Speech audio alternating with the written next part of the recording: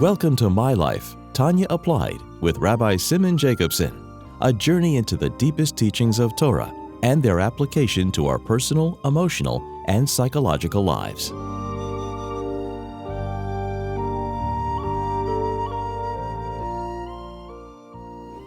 A good week. Good Tavoch. We continue our journey in the life-changing Sefer Tanya. This program is made possible by Rena Lights LLC and is in honor and memory of Rabbi Yosef Halevi Weinberg Olav HaSholom, Rabbi Moshe Pinchas HaKohen Katz Olav HaSholom, and Rabbi Yael HaKohen Khan Olav HaSholom.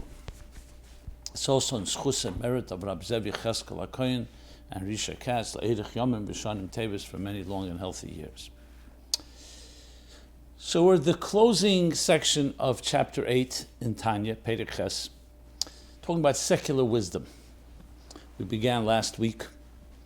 And this is the context of the Alter Rebbe as that loving father and that loving leader and mentor, looking to give us a blueprint for the highest possible standard that we can reach. And that's why sometimes it can appear very seemingly almost impossible to access such high levels. But quite the contrary. He's telling us that our soul has that capacity. And that's the type of coach you want in life. That's the type of mentor you want. You want someone who doesn't say, oh, you thought you can climb a mountain of 1,000 feet, you can only climb 100 feet. No, you want someone to tell you that you can climb 10,000 feet or even higher. But to do so, you have to also understand and have faith and belief in the person and in their soul. That's why the Alter Rebbe began in such a pronounced and adamant way in the early chapters of Tanya to explain the power of a neshama. After the introductory first chapter, where he asks the questions and then he lays out that there are two souls, Perek Beis, Gimel, Daled, and Hey, all are about the power of the divine soul. How it's a piece of godliness, like a child of God, and even the soul as it comes down to the lowest levels retains that element. Then we talk about the faculties of the divine soul, then the garments of the divine soul, the thought, speech, and action, all to set the stage, because if you're going to expect something from someone, first you have to say you're capable of it. And you have to explain why. So when you think of Tanya in that context, so then when it comes to chapters 6, 7, and now 8, where he talks about Zelu Umazeh, that we also have another side to us. That's the animal soul. And indeed, it is tempted and seduced by the material desires of this world. And as we'll learn in chapter 9 and on, that there's a battle between the two, between the divine and the animal. But it's not coming in a vacuum. It's after 3, 4, Beis Gimel Daled Hey, 4 solid chapters about the power of a neshama. And if you think about it from the beginning of chapter 1, what was the opening of Tanya? Isa b'setanya b'seit Perek Gimel Denida, that neshama before it comes down, mashbiya neisei tit tzadik val rasha. So the first line was essentially that we are given an oath, and mashbiyan, as we discussed, also comes from the word masbiya. We're sated, we're fed, we're nourished, we're nurtured with that power. So when you know that, you know what we're capable of, then every blemish matters. And that's why when we come to these chapters, and I say it again because many people have asked me, when you read it, you can get depressed. How could I ever be in such a level? Not to speak any dvarim b'teil, never. No empty words, no wasted words. And all the other things that we're not talking about the harshest crimes and transgressions. But when you understand what you're capable of and what you're focused on, I just use an example, Havdil. I was talking to someone who's been training to run a marathon for years. His parents wanted him to run. The amount of time that he has to condition himself and train and run and exercise, doesn't have time to do other things. And I saw that single-minded focus, and this is a matter, we're not even talking about spirituality and godliness and neshama. Just the willpower and the wanting to really succeed.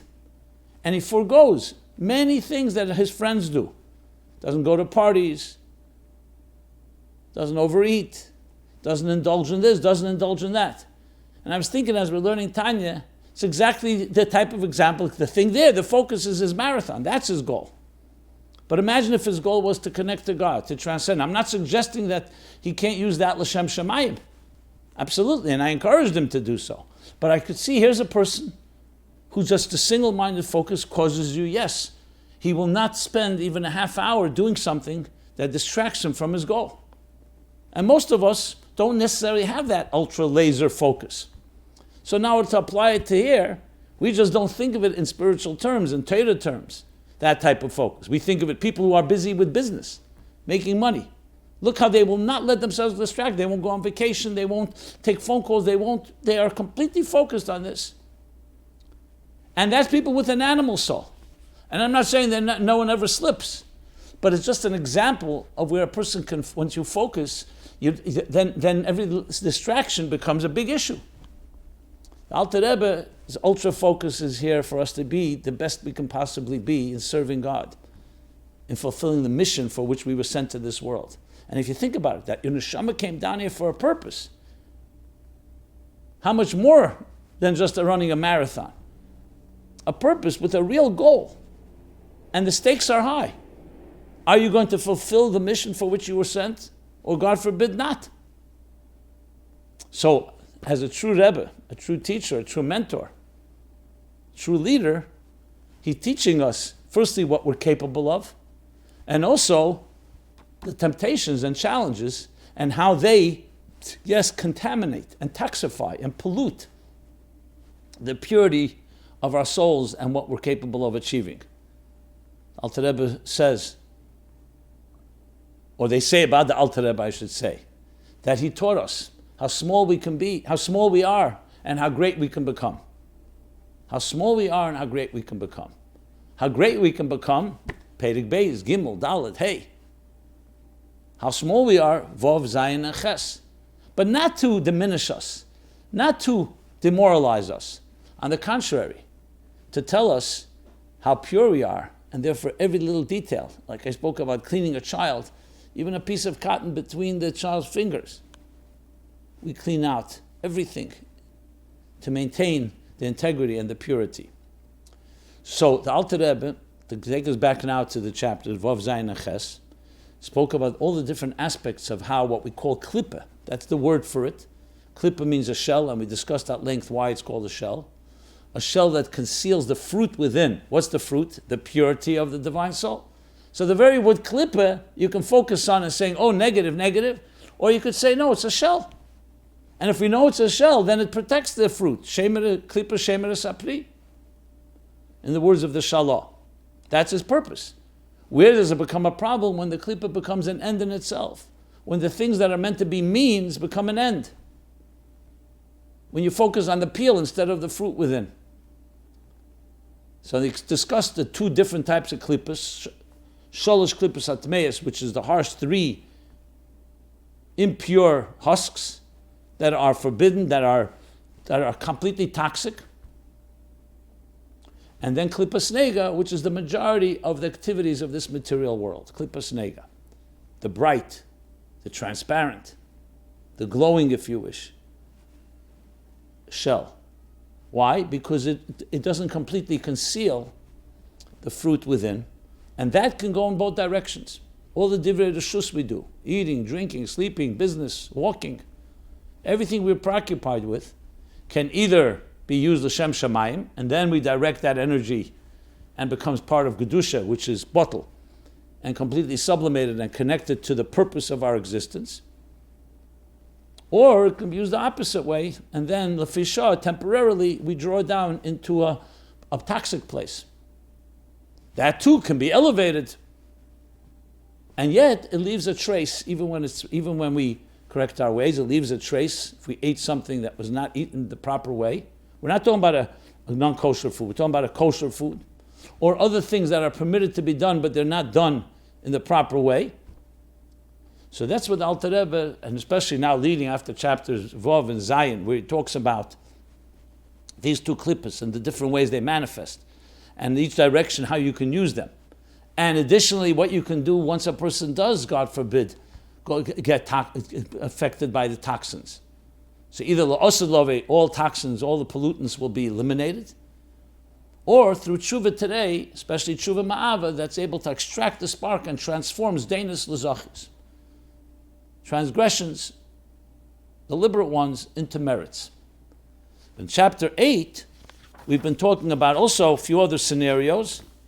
Alter Rebbe in his thoroughness is giving us basically a map, the spectrum of the different possible ways that each of us in our lives deal with the different challenges that come our way driven by the animal soul that comes from Klippas Nega.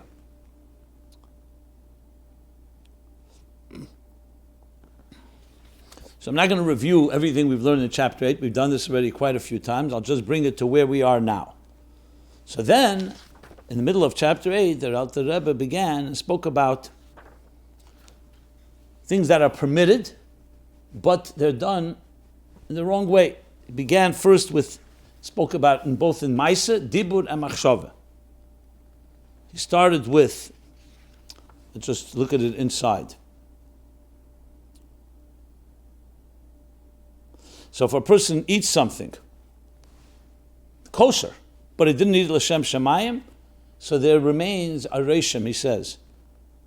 An impression, a reshim, a trace remains, and as such, we need to have some form of cleansing. So he spoke about chibut hakever, how the body is cleansed from that, from those toxins. And again, the point being here, what we're capable of. The focus shouldn't be on the negative, it should be on the positive. And therefore we need to purify. Or avoid it in the first place by knowing what kind of effect it has on us.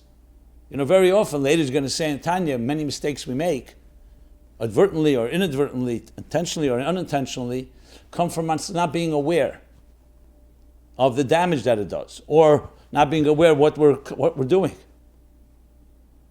And we think, it's not so bad. So in this chapter, Alter Rebbe says it is bad. That doesn't mean, that's on the contrary, that's a blessing. When someone minimizes and says, no big thing, do it, and later you find out you hurt somebody very deeply, you say, why didn't anyone tell me? The Alter Rebbe is telling us. He's telling us what the effects of different types of behaviors when you're dealing with such a pure soul. Okay. Then he spoke about dvarim betelim beheter, wasted words, or empty words, or worthless words. Just we talk nonsense. Beheter, because it's somebody who can't learn Torah, so therefore he's allowed. Means he doesn't have a choice, but still, it's dvarim betelim. So that too needs, as he said, another form of purification. And that's kaf hakela, that the soul needs to be cleansed out, needs to be like when you take a sheet and you shake it out to get rid of the dust. Then he spoke about diburim asurim, things that are absolutely forbidden. Goes back to that. There, which comes from shalosh lipsat meyes, there you need more than kaf hakela. There you need to have a gehenim. And as we discussed what that is, that's another form of cleansing. And then he went back. What about a person who could learn Torah? Not an Amoritz, not someone who's unable to. So there, also kaf hakela is not enough, because now he has to deal with another sin, which is called bittul Torah. And he explained all the different details that come with that. Bittul Torah, as well as the atzlus, the laziness, and therefore you need gehenim shel sheleg, which purifies from the atzlus, from being aloof, from being cold, from being detached. And then, finally, we learned last week, v'chein ha'esek b'chochmas u'mas ha'elam. And clearly, we're not talking about things that are forbidden. We're talking about anything that is secular wisdom that does not go into the category of learning Torah. So I explained last week, why is he called it b'chlal dvarim betelim yachshav, the inyan oven bittul Torah. In other words, the problem here is we're not talking about something you're not supposed to read or study because it's actually shalosh lipsat meyes. There are things that are forbidden. Things about Avodah Zarah, sexual content, other things like that. But here we're talking about something that is B'chal Dvar B'Teilim, but Bittul Torah it is. So we discussed at length what that means. And I'll just sum that up, because that'll lead us to understand the next section, where he continues to talk about wisdom. But you see here, he's no longer talking about action like eating something, or speech, Dvarim B'Teilim, wasted words. He's talking now matters of thought and mind. So he's moving to Machshava, and this will be the final section in chapter 8. The Alter Rebbe then will have covered all the different scenarios. Obviously there are many more, but they're all included in the rubric, under the umbrella of everything the Alter Rebbe said, all the different case scenarios, things that are completely forbidden, things that are allowed but can be done in the wrong way, and all the variations of that. So summing up, because when you think about secular wisdom, what mathematics, physics, accounting, medicine, other sciences, you could say, fine, it doesn't have the Gedusha of Torah, like we talked about, but it's Klippas Nega, that's for sure. So why is it considered such a terrible thing? So let's just correct, the word terrible is not the right word to use here, because the fact of the matter is that there were great Torah scholars that were proficient in all these wisdoms, and we're going to learn about it, the Rambam, the Ramban, how they used it. But on its own, it can go in the wrong direction. Why? Because is it focused on the purpose of your life? Think of it this way. I'll just give an example. An astronaut is sent to outer space to land on the moon, to Mars, whatever it may be. There's a mission to go to the moon. Now, the astronaut is trained, conditioned, how to exactly behave. Outer space is dangerous. There's no gravity. There's other issues that need to be dealt with. He has to wear particular garments, eat in the right time. Everything is a plan, precision, detail, detail, detail. He has to study, he has books upon books, guides, operator's manuals. Every scenario has to be covered. Let us say this astronaut decides at some point in his mission, I'm not interested in all these books. I'm going to read a comic book. Or I'm going to go read a book on medicine. That has nothing to do with my mission. There's nothing wrong with a book of medicine.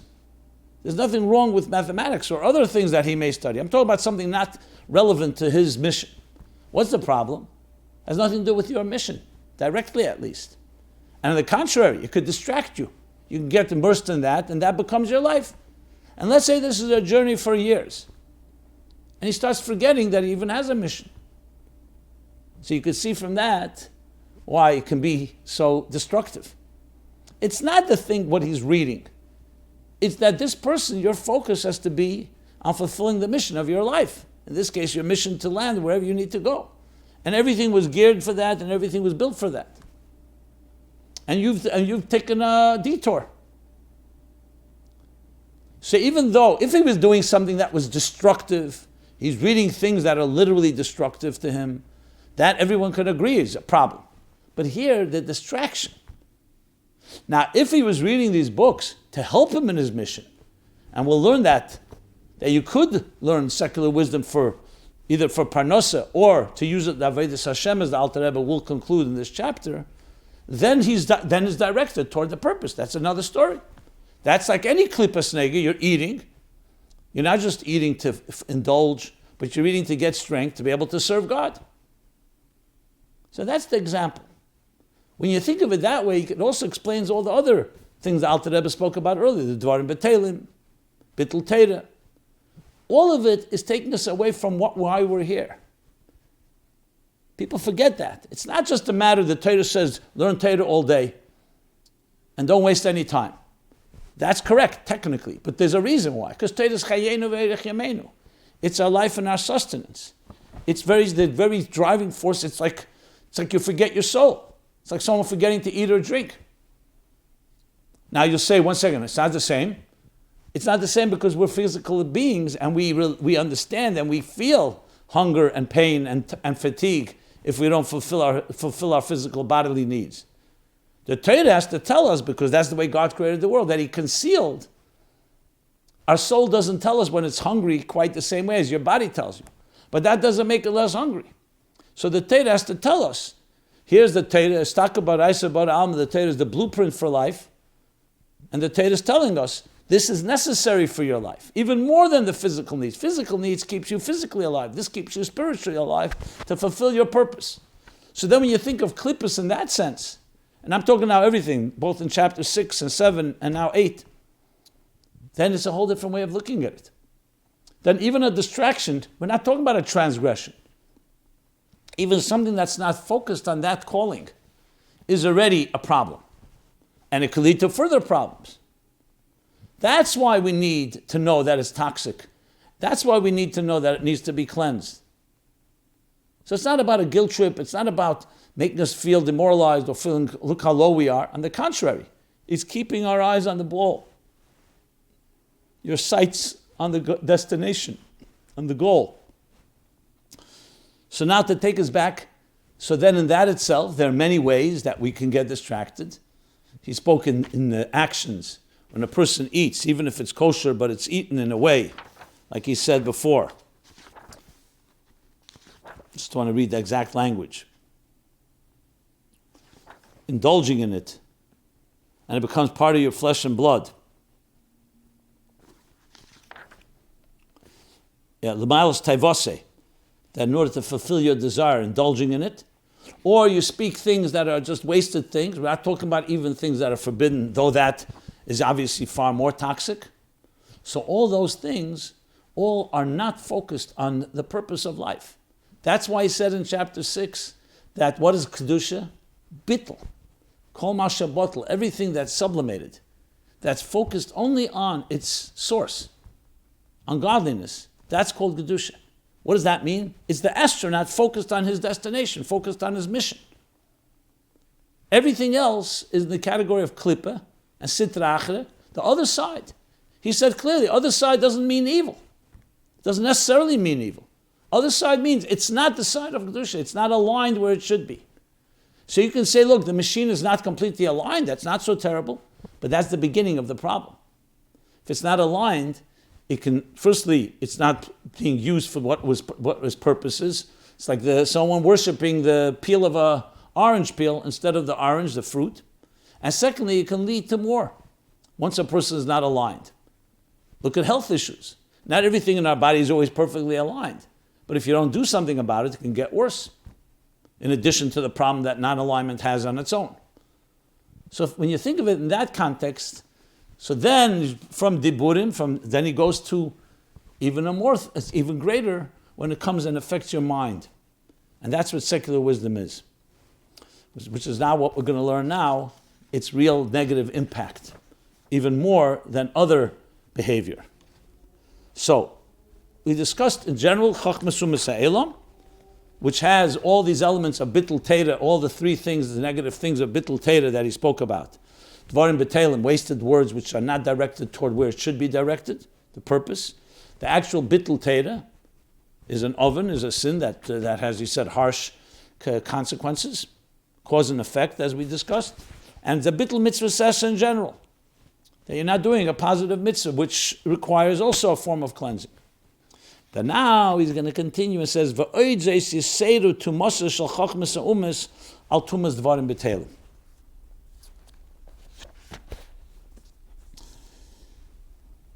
Furthermore, there's something in secular wisdom that is more contaminating for the soul than worthless discussion, than empty words. Dvarim b'teilim literally means b'teilim can be empty, worthless, wasted. I mean, nonsense, basically. It could be worse than nonsense. We learn things that are forbidden, but even just nonsense. So now it's something even more. Now, why is this so important to emphasize? Because now you're engaging the mind, as he's going to explain. It's one thing when a person does something inadvertently or deliberately, but it's more superficial. It's like someone speaks wasted words or empty words for no particular reason. But when you engage your mind, let's go back to the analogy of the astronaut. It's one thing for a few minutes, he does something, he's texting where he shouldn't be texting, because he's supposed to be focused on his mission. So we learn that's also a problem. But let's say he now immerses his mind and starts reading something that's completely nothing to do with his mission. What he calls Chochmas U'Meseila. So this, he says, this is something more contaminated. Tumasa, this tumah, this toxin of Chochmas Ha'umis, of secular wisdom, al tumas dvarim betelim, more than worthless discussion. He's going to explain why. Because when it comes to worthless discussion, she'ena malbish u'metama rak hamidus, that only influences and contaminates the emotional attributes of the neshama, of the soul. As we learned earlier in the chapters 3 and 4 and 5, I should say. But those general chapters that we learned that what? That the Nefesh Elikis, the divine soul, has two sides to it. Has the intellectual faculties, the cognitive faculties, Chochmah, Bina, Das, and it has its emotions, its midas, love, reverence, beauty, tiferes, compassion.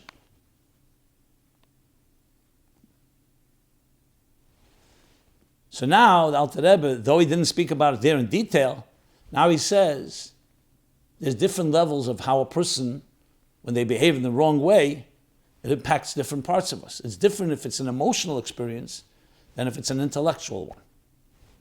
So he says, worthless discussion affects the emotional attributes of the divine soul. Secular wisdom, however, affects Chabad. And it's a normal thing. It's like any toxin. A toxic behavior or something that's polluted will affect something that corresponds to it. So what he's saying is that things that come from the midas, which we'll discuss what that means, why worthless discussion is connected to midas. So that affects the midas of the divine soul.